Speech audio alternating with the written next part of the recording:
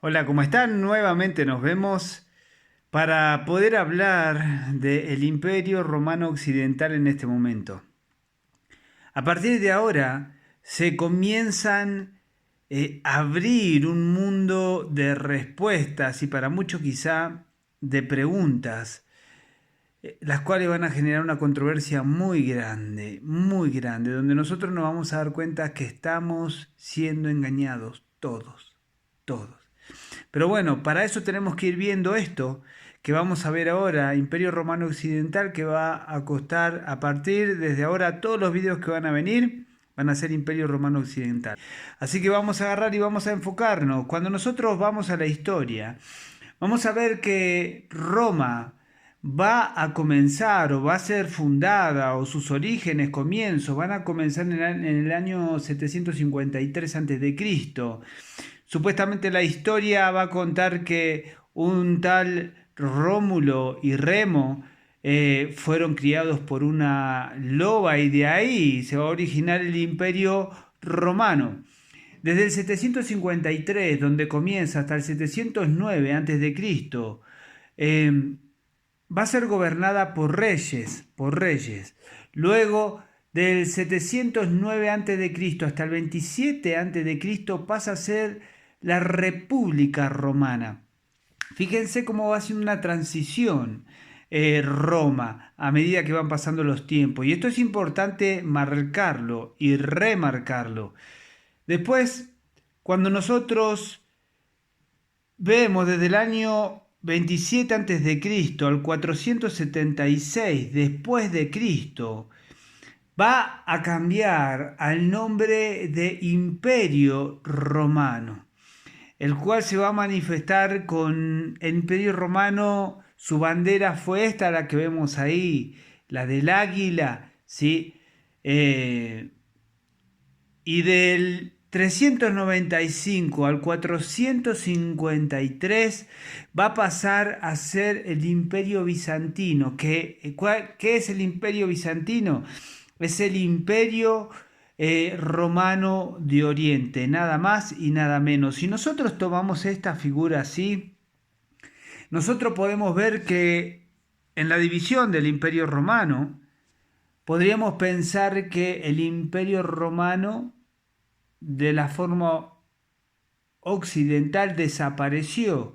A ver, el Imperio Bizantino tomado el control desde el 395 hasta el 1453, pero no es así. Está la historia completa, supuestamente, del Imperio Romano hasta que supuestamente estos imperios estuvieron vivos, que el Imperio Bizantino, o sea, el Imperio Oriental, fue la última parte del Imperio Romano que estuvo viva, lo cual ahora van a ver que no es así. Siguen totalmente vivos.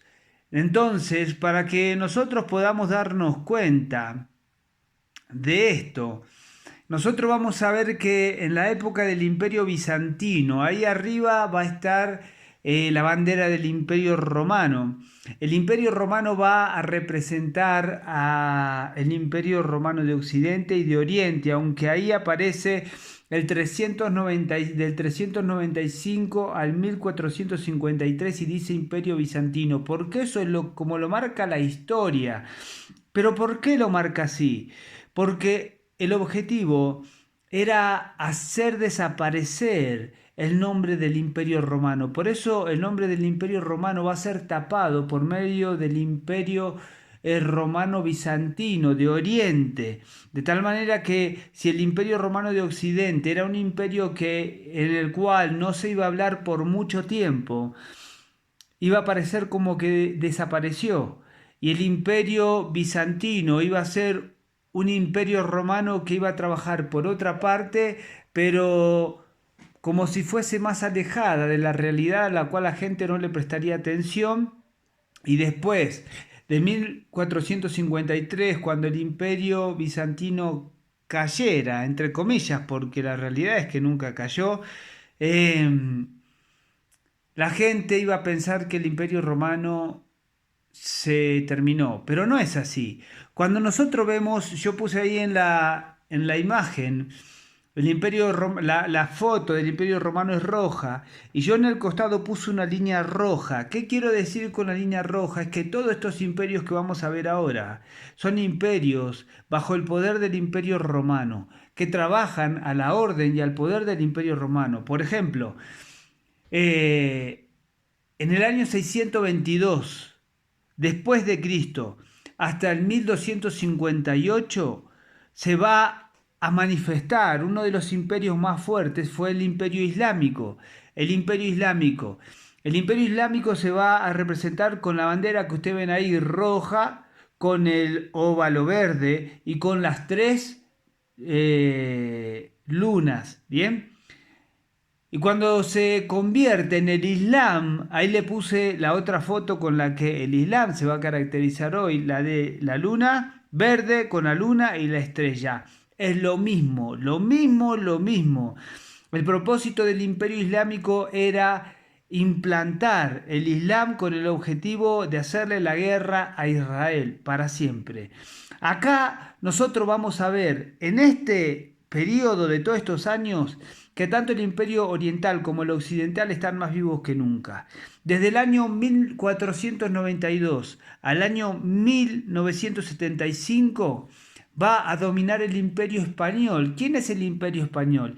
El Imperio Español es una rama del Imperio Romano de Occidente. Nosotros acá, ¿por qué cambian de nombre? Cambian de nombre porque hay que poner otros nombres para que no se den cuenta que el Imperio Romano sigue vivo. Entonces lo hay que poner como países o como otros imperios. Entonces el Imperio Romano se va a empezar a manifestar ahora a partir de otros países que van a ser parte de la Unión Europea, ¿sí? Con lo cual se manifiesta el Imperio Romano también, pero le cambian los nombres. Después, en 1583, de 1583 a 1997, va a gobernar el Imperio Británico, de tal manera que va a tener muchos años juntamente con el Imperio Español gobernando, con el objetivo de tener el control y de lograr por medio del Imperio Romano Occidental implantar muchas cosas que quieren implantar. Lo vamos a ir viendo más adelante. Y a partir de 1721 a 1917, juntamente con el Imperio Español y el Imperio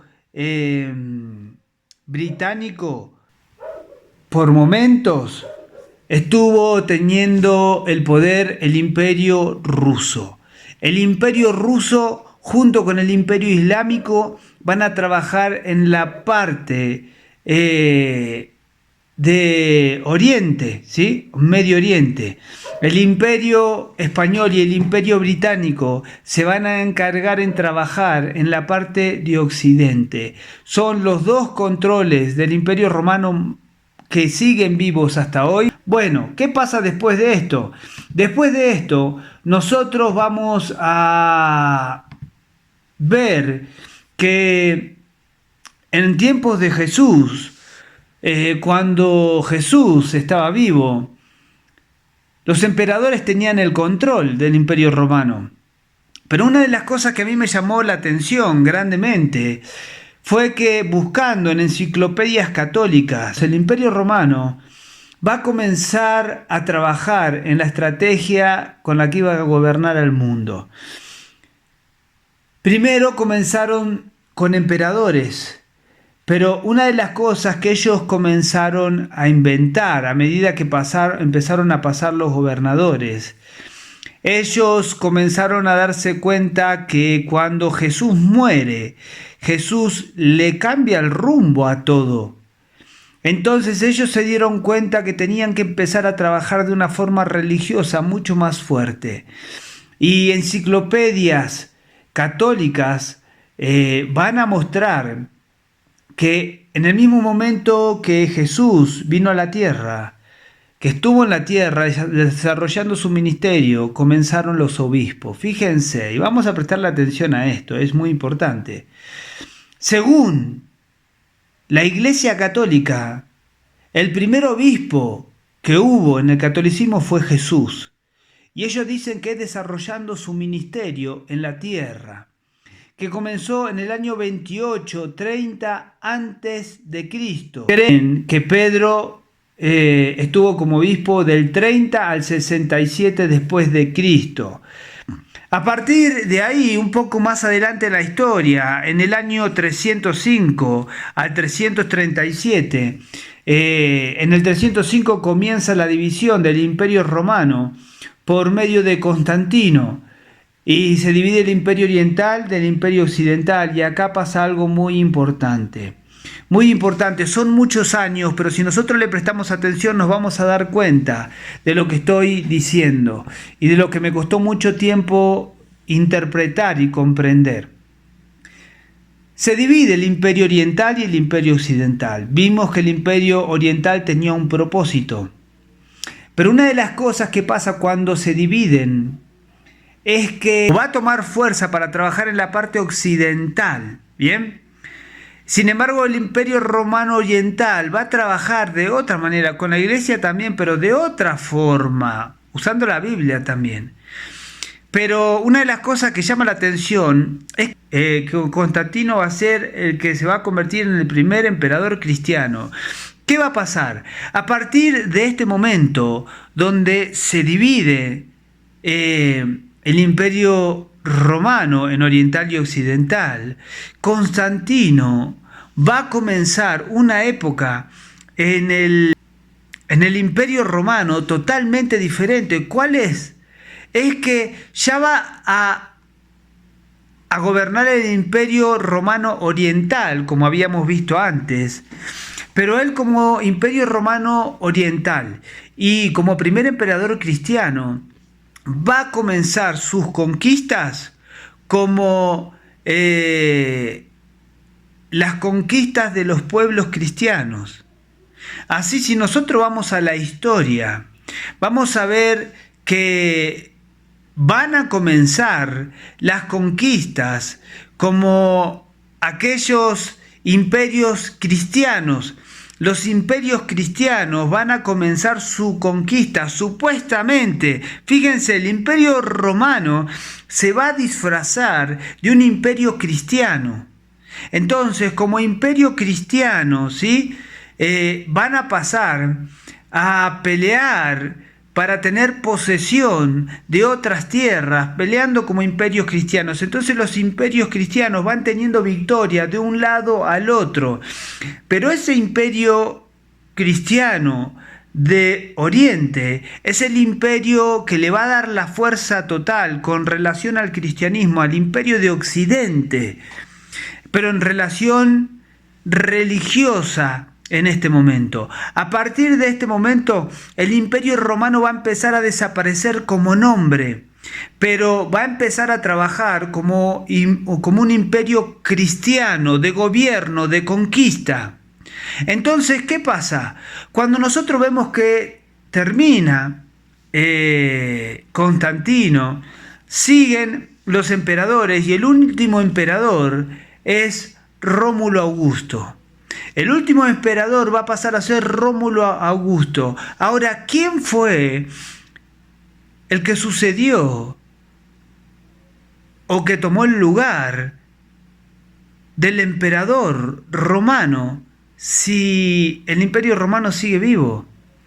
Quien tomó el lugar fue el Papa, porque desde Cristo nosotros vemos que el catolicismo muestra que desde que Cristo llegó a la tierra y empezó a hacer su ministerio, hubo un emperador y obispo, emperador y obispo, emperador y obispo, emperador y obispo, y de a poco tenían que ir haciendo desaparecer el poder y el nombre de Imperio Romano. Tenían que ir haciendo desaparecer el nombre de emperador y tenían que reemplazarlo por otra autoridad que tuviese el control, que gobernara al mundo. Entonces nosotros vamos a ver que hoy el mundo es gobernado por el mismo Imperio Romano. Y acá se van a desatar todas las circunstancias que nos están generando grandes conflictos a nosotros en nuestra vida. ¿Por qué hay tantas religiones? ¿Cuál es la verdadera? ¿Quién dice la verdad? Bueno, lo vamos a ver en el próximo video. Y si te gustó el desarrollo de este tema, dale like. Y no te lo pierdas a lo demás, porque acá vienen muchas cosas que van a resolver preguntas en nuestra vida. Acá se empieza a poner bueno y muchos me van a criticar, pero no me importa, porque estoy seguro de lo que estoy diciendo. Dios los bendiga y que estén muy bien.